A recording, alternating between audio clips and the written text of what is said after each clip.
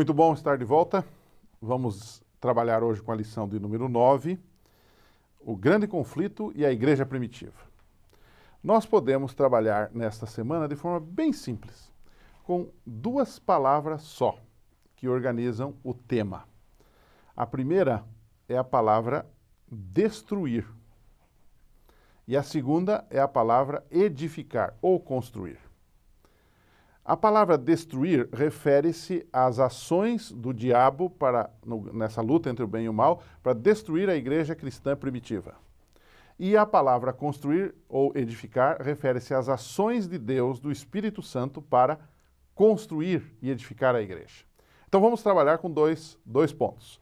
O primeiro é, quais foram as ações do inimigo para destruir a igreja de Cristo que estava nascendo? Eu coloquei aqui algumas respostas que eu gostaria que o operador depois colocasse para você na tela, mas eu quero lê-las para ficar mais didático. Primeiro, o primeiro problema com a igreja que estava nascendo e o diabo militando contra ela estava com os próprios cristãos que, embora ensinados por Jesus, não conseguiam entender a natureza espiritual do reino de Deus. Eles achavam, em Atos 1, versos 6 e 7, eles estavam fazendo perguntas sobre isto, porque eles achavam que, na verdade, o Jesus viria e Jesus implantaria aqui um reino de armas, com poder para enfrentar o Império Romano e estabelecer aqui uma nova ordem de coisas. E Jesus não estava pregando isto, ele estava pregando um reino espiritual de transformação e um reino dos céus, não um reino da terra. Então, o primeiro problema foi essa compreensão. Eles tiveram dificuldades com essa compreensão. Os próprios discípulos tiveram dificuldade com isto. Segundo ponto, segunda ação do inimigo para destruir a igreja, como ele disse, a lição da semana pode ser calcada em duas palavras, destruir e construir. Nesse caso, estamos analisando o primeiro bloco. Foi a própria perseguição que tentou destruir os apóstolos. Começou lá pelos saduceus, que poderiam eliminar logo no início a mensagem da salvação em Cristo, lá de Atos 4, de 1 a 30. Não é?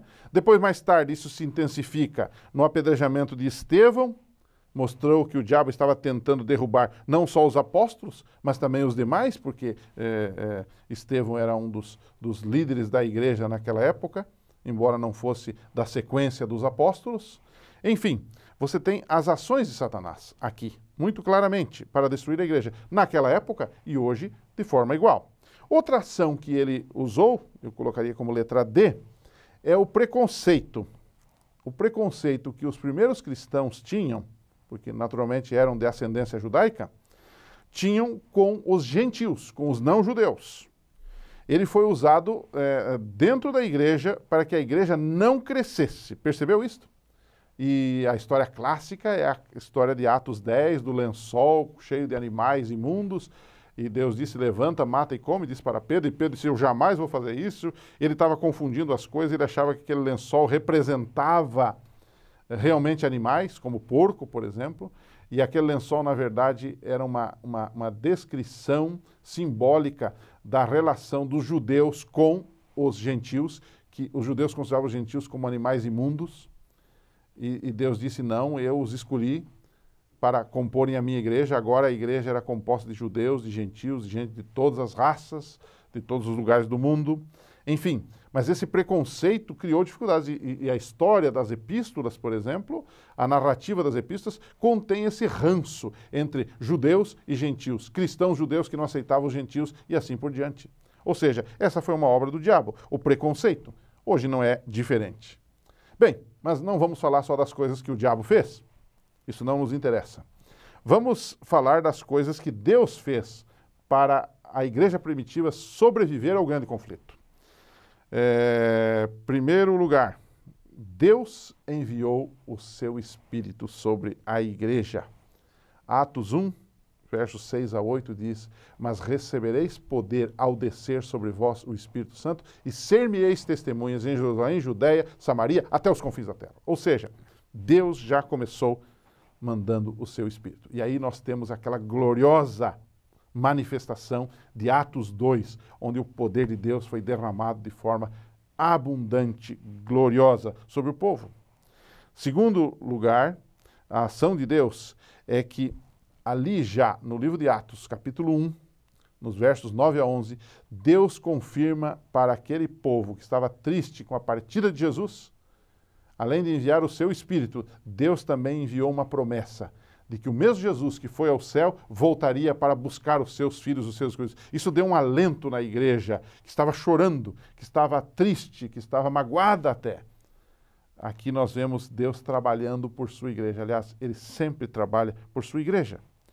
E letra C do que Deus fez, um resumo do que Deus fez no livro de Atos para edificar a igreja, para construir a igreja que o diabo tentava matar ou destruir, é que Deus deu ousadia santa aos discípulos, que corajosamente pregavam apesar da perseguição. Atos 4, verso 24 fala disso, que eles ousadamente declaravam o nome de Jesus.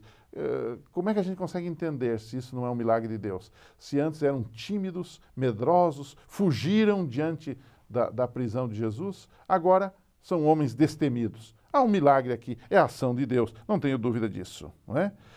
Também interessante que nessa sequência de atos de Deus, construtivos de Deus para a sua igreja, ele levanta um pregador ainda mais poderoso que Estevão. Não nos enganemos. Estevão era um homem parecido com Paulo. Era um orador, Estevão era um grande intelectual, um acadêmico até. Não é? Há muitos livros escritos sobre a possibilidade de Estevão ter sido até companheiro, alguns aventam essa hipótese, que Estevão foi companheiro de Saulo de Tarso nos estudos.